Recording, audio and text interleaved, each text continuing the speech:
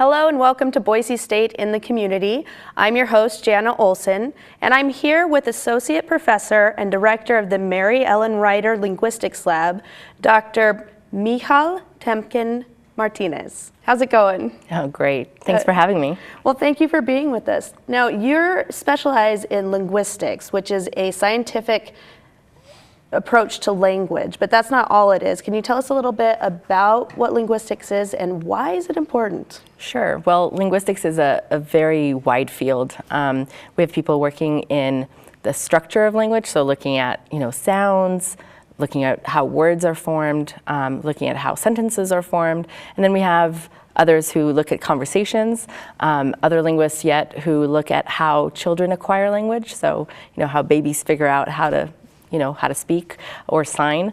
And then we have specialists in language acquisition at a later time in their lifetime, so second language acquisition.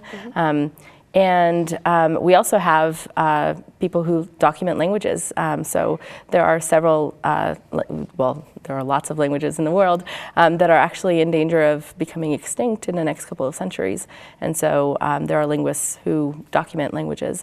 And that's those are some of the things that we do here on campus. Sounds like you do a lot of stuff.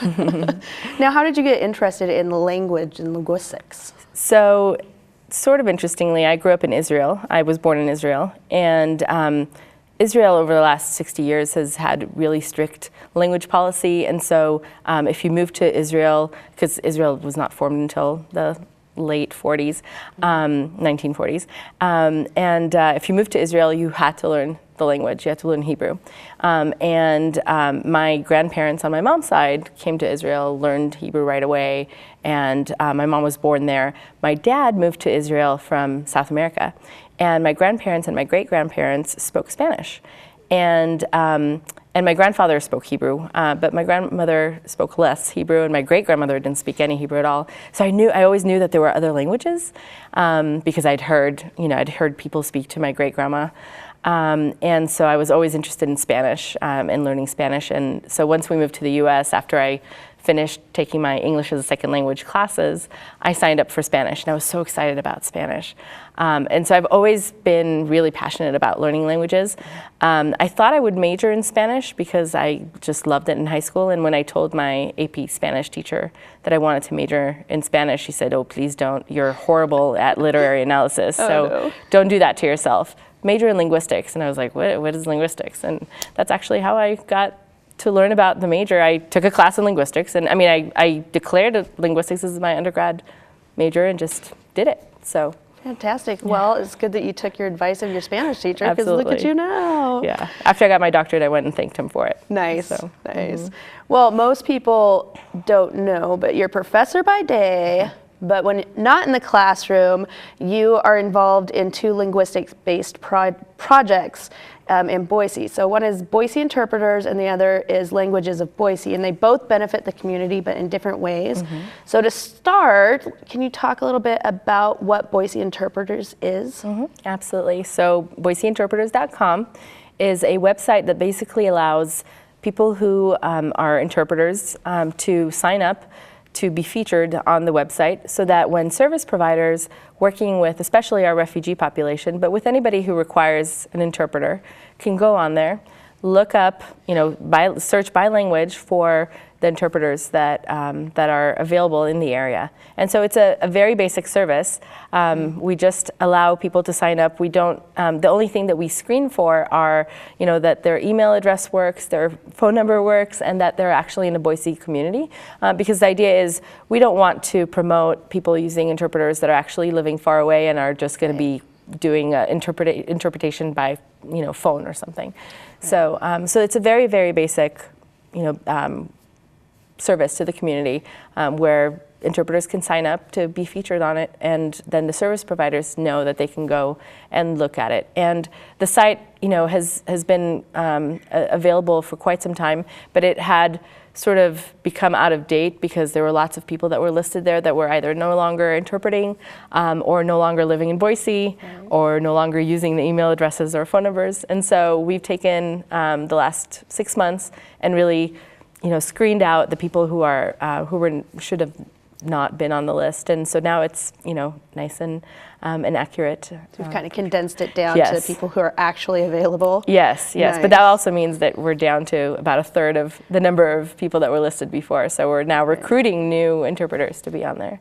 And have you found that to be easy, or is it a struggle to find the interpreters? It really depends. I mean, so I work very closely with the resettlement agencies for refugees, and so they've been really great at getting the word out to the interpreters that they work with to get on that site so that other people can use them as well, because this means a livelihood for those people, Right, right. So if I needed an interpreter and I had a doctor's appointment, how do I call the interpreter, or how does that get set up? I believe it really depends. In the case of the doctor, I think the doctor is supposed to be making those arrangements.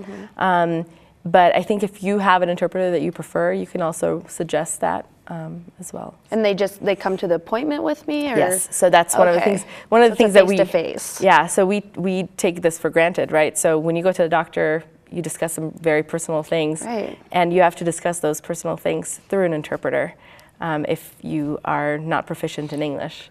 And so, if you can think about it, refugees who recently come to the U.S. who are suffering from all sorts of, post-traumatic stress disorder and things like that, they have to actually, if they're at a social work appointment or at a mental health appointment, they have to actually talk about their experience through an interpreter. Right. That's got to be rough, but it's great that service is out there. Absolutely. Because that makes it much easier, I'm sure. Yes, absolutely. I mean, they might not be able to communicate at all otherwise, right. So, and get help. That's amazing. Now, what about the languages of Boise? Is that along the same lines, or is that a completely different program? Well, so it's somewhat linked in that Languages of Boise is also meant to help refugees and the service providers better communicate. The idea is, so Languages of Boise is a web app, and currently it's just it will just be a website for a while, but we're creating an iOS and Android version of it. And basically what it'll have is for every language spoken by refugees in Boise, there will be an entry, so a page in essence, right, with very basic information about the language, where it's spoken, how many people do we know of in Boise who speak the language, what languages are related to that language. So it might be helpful to know that Kizigua is related to Swahili, for example. What other languages are normally spoken by the people who speak the language, and then there will be information about nonverbal communication. So is it okay to ask for somebody to make eye contact with you, or is it extremely disrespectful in their culture? Other information like nonverbal cues, so like making hand gestures. Is it okay to, maybe in some cultures it's not okay to use your hands too much, which I would really suffer in those cultures. Me too. So it'll give you that sort of information about whether it's okay to make contact with them, especially if they're of the opposite sex. Right. Things that cultural norms that we sort of take for granted that could really affect a client adversely. So that sort of information will be on there. And we're working with a community advisory board that's made up of service providers, educators, hospital personnel, and we're asking them, what are the most frequently used sentences, phrases, words that you need to be able to, to communicate to your clients? And what we're going to do is we're going to work with interpreters and actually translate those questions into as many languages as we can, and have the audio recordings on the app. So say you're an emergency medical technician and you show up at a household where English is not spoken and there's not an interpreter yet because it's an emergency situation. There will be a button that says, can you point to where it hurts? And they'll be able to ask, what language do you speak, look it up, and push the button, and the audio will come on for that. Nice. We're also, because of our community advisory board, we're actually also implementing a sort of another way of communication for the brand new refugees, so the ones that have just arrived. Say, we want to encourage independence as much as possible. And say you go to the market and you want to ask how much something costs or where something is. So having the same sort of thing where we have most frequently, used words and phrases for somebody who's recently arrived in Boise, or things like having like telling somebody where you live and how do I get there, sort of a thing, or can you point to the bus stop. So just very basic ideas that might make their lives just slightly better as they're transitioning to this new life in this new city. Yeah, it's scary going. I can only imagine, and having that type of service where they can look up simple phrases and whatnot can give them confidence and really help their, I would say, overall mental health and whatnot, being in a new place, so they can fit in and not feel like they're such an outsider. Right. Well, and it'll be linked to the Boise Interpreters website, so so they will actually be able to very easily, click on the language that they speak and have somebody call an interpreter to be able to use in situations where they do require and are supposed to have interpreters, based on federal law, especially. That's amazing. That is really amazing. Now, you were talking about the different languages, and I know you were working on a dictionary. I'm going to let you say which language it is because I will murder it, but go ahead if you could talk a little bit about that dictionary. So, so we're working on a dictionary of the Somali dialect of Kizigua. Kizigua. K-I-Z-I-G-U-A. The language Kizigua actually originated in Tanzania, but several hundred years ago, some people were taken from Tanzania up the coast to Somalia as slaves. And some of the people that, so the descendants of the people who live in Boise were able to escape from slavery. And when they did, they sort of lived in an isolated area. And so they were able to actually maintain their language pretty well, except that they, because they were separated from their relatives that lived in Tanzania, the two languages sort of evolved in two separate directions. So current day Tanzanian Kizigua is different from Somali Kizigua. So we're working on a dictionary right now where we're comparing Somali Kizigua with Tanzanian Kizigua, and we found that there are at least 50% of the words have changed, either with a single sound. So like the word Kizigua is actually Chizigula in Somali Kizigua, or a completely different word is used from the Tanzanian dialect. So in Somalia, they had some contact with Somali, the official language of the country, with Italian, because Somalia was an Italian colony, and also with Swahili. Since they left Somalia and went to Kenya and were in refugee camps, they had access to Swahili and contact with Swahili and with English. And so there are lots of words that are borrowed from English or from Swahili or from Italian, and they actually, or from Somali, and they're not in the Tanzanian dialect.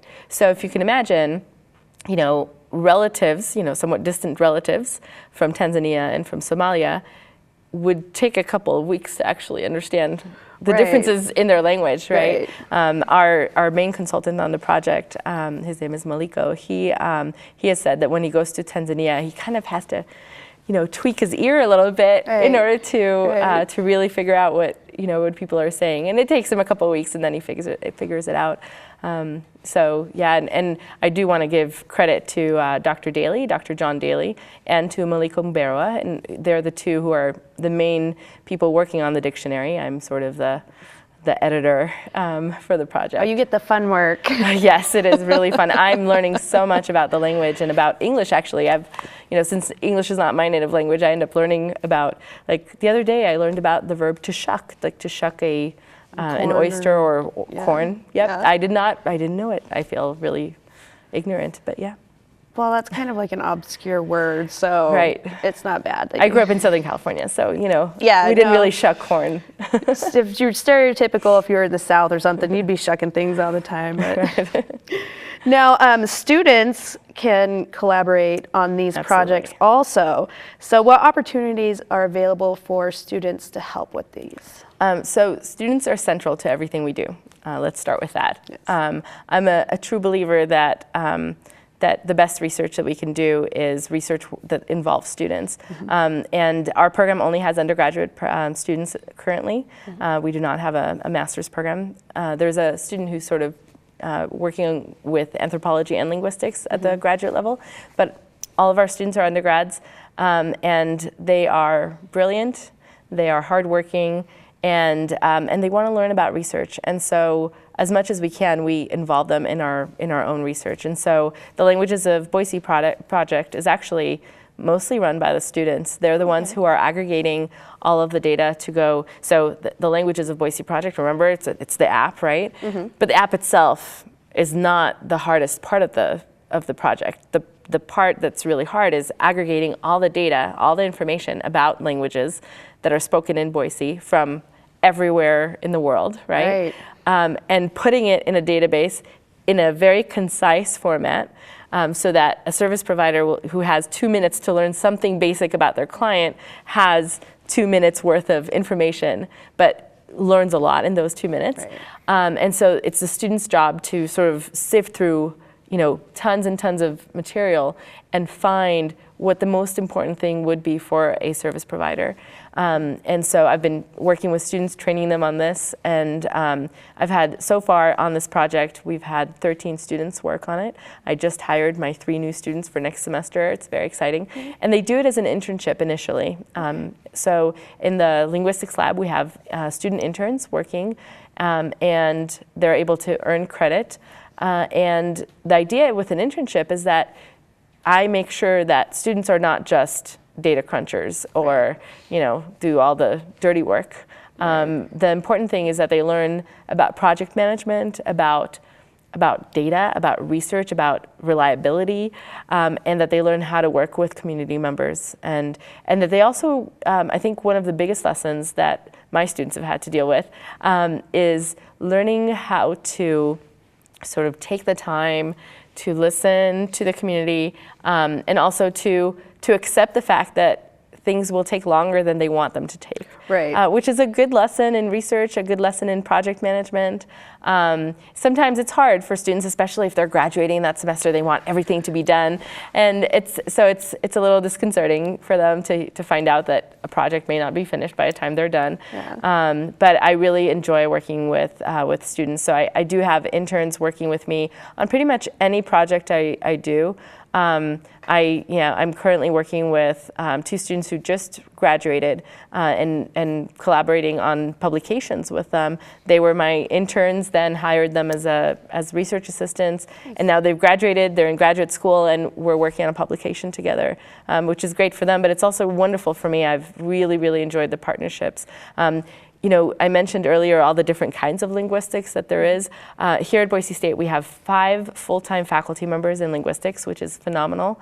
But all of us do very, very different things. And so the way for me to collaborate with somebody here on campus is by training students in my field and then collaborating with them, because my colleagues work in very different fields. So that's part of my own selfish motto for it.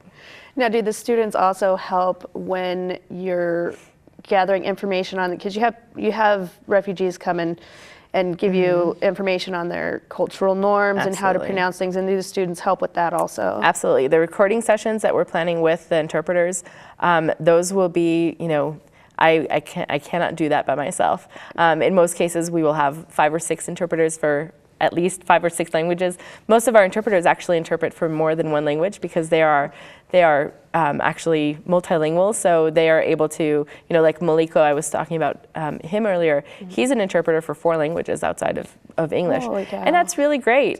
So we're going to be working, with groups of interpreters, and when we do, I'm going to need as many hands, and as many linguists on hand. And so yes, absolutely. They'll be working with one-on-one with each of the language consultants, making sure that the information that they got from all of our reliable sources online is accurate, and that it pertains to the actual population of speakers in Boise, because it's no good if it pertains to some other population that didn't make it here. Chicago or something. Yeah, or even a population that's still back home. That totally makes sense. What other projects do you have planned for the future? Or are you just kind of focusing on all of this right now? Right. So I sort of envision Languages of Boise as my life project for the rest, for the rest of my academic career. Yeah. Because if you think about it, in order to have accurate information about the current population of refugees, you have to constantly be updating the database, right? So unfortunately, refugees arrive in the U.S. because of turmoils in their homelands, right? And so that changes every year. It changes every 6 months, really. And so the population will change. We will need information on that. We will need to keep that going. But as I mentioned before, my specialty is sounds. So I actually, other than this project, which is my sabbatical project, I also am working on several projects that stemmed from my own dissertation. So my dissertation was on Hebrew, and I did an experiment in 2012, and the data is all analyzed now, and I'm able to actually, write some articles on that. I'm doing that in collaboration with a former student. There's also one of the areas that I've come to really appreciate is my training in experimental work. So my own training was not in working on language documentation, on dictionaries. My own work was on experiments. And what I've found is that we can do experiments to better, document the languages. We found some really interesting sound combinations that take place in Somali Kizigua that actually are hard to hear if you're not a native speaker. So we were able to run some experiments where we measured the airflow coming out of the speaker's nose and mouth in order to actually prove that the sound is there, it's just silent. Oh. So they make an M or an N, for example, that doesn't have any voice, any vibration at all from your vocal folds. So it doesn't sound like anything. It sounds just like air coming out? Yeah. And so so there isn't, and we've recorded it, and we were able to prove that there's no acoustic cue. There's nothing on the waveform that shows that there's actually a sound there, which is baffling because how do children learn it? Right? But we were able to show because we were measuring, and if you can imagine, we put a really cumbersome mask on the speakers. It's not very natural speech, unlike normal language documentation where it's very free-flowing and you're recording natural conversation. So we put this mask on them and we asked them to say the words again, and then sure enough, we see a spike in the air that's coming out of their nose, but there's no sound coming out. That's really neat. It's pretty cool. Yeah. How did they handle that? Were they really? The two consultants that we've used so far, they've been wonderful. Okay. They've been really, really great. I mean, we explain to them what we're doing, and we tell them, if at any point you're uncomfortable, of course, we will take this off of you. We can stop the experiment. This is really intrusive, so we make sure that they're very comfortable. We have them sitting down in a very comfortable chair, and they also know that we can take as long as they have to record. There's no rush, and that the most important thing is that they're in control and they can say no. Nice. Now, what is the importance of recording these sounds and the words and such? So with the sounds that I was talking about, interestingly, when I was looking at there's literature in our field about language change. And so languages that started with a sound like plus p, right, p, they undergo a process that basically leads to the M disappearing altogether. But nowhere in the steps that are documented does it show the state that we have, which is there's air coming out, but there's no sound. Right. And so we were actually able to add a step to this evolution of language, right? Which I think that's pretty exciting in my world. And so we're able to do that. So we're able to help linguists understand how language evolves and what the steps are, in one sense. That's one thing. That's not that important to the rest of the world, right? In linguistics, in language documentation especially, there are, as I mentioned before, there are many languages where they are in danger of becoming extinct. And if the community is interested in either keeping the language alive or in the possibility of reviving the language later on, it's important to have a record of the language. Right. And so, I stress the importance of the community of speakers wanting it, right? Because it's not the linguist's job to go in and say, I'm here to save your language for future generations. Right. If there is no, if the speaking community sees no value in preserving the language because they want to, they want to advance in a society where the language is no longer pertinent, then it's their choice. Right. But the linguists can help the communities that are interested in doing that. That's fascinating. And we only have a few minutes left. Is there anything that you want to leave us with, like one final statement? Yeah, so with endangered languages, so about 3 languages will lose their last speakers in a year. Oh. And if you think about it, that last person knows that their language dies with them. The native speakers and of their language, and they have stories, and if you can think about those last speakers as well, being the last speaker means that you don't have anybody to speak to in your own native tongue. So I'm going to leave us on a very sad note. I know, you're going to make me cry. But we used to think that it was every 2 weeks, so it's actually a good thing that it takes a little. It's not going as fast now. It's not that. It was just the data was not exactly accurate before, but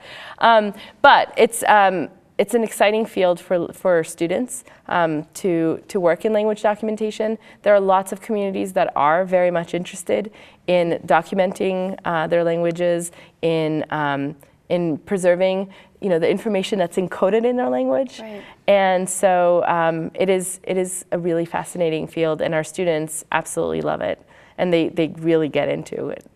Well, it's really good that we have people like you to pass that on to the next generation to preserve the languages. We really appreciate having you today. Thank you so much for your time. Thank you.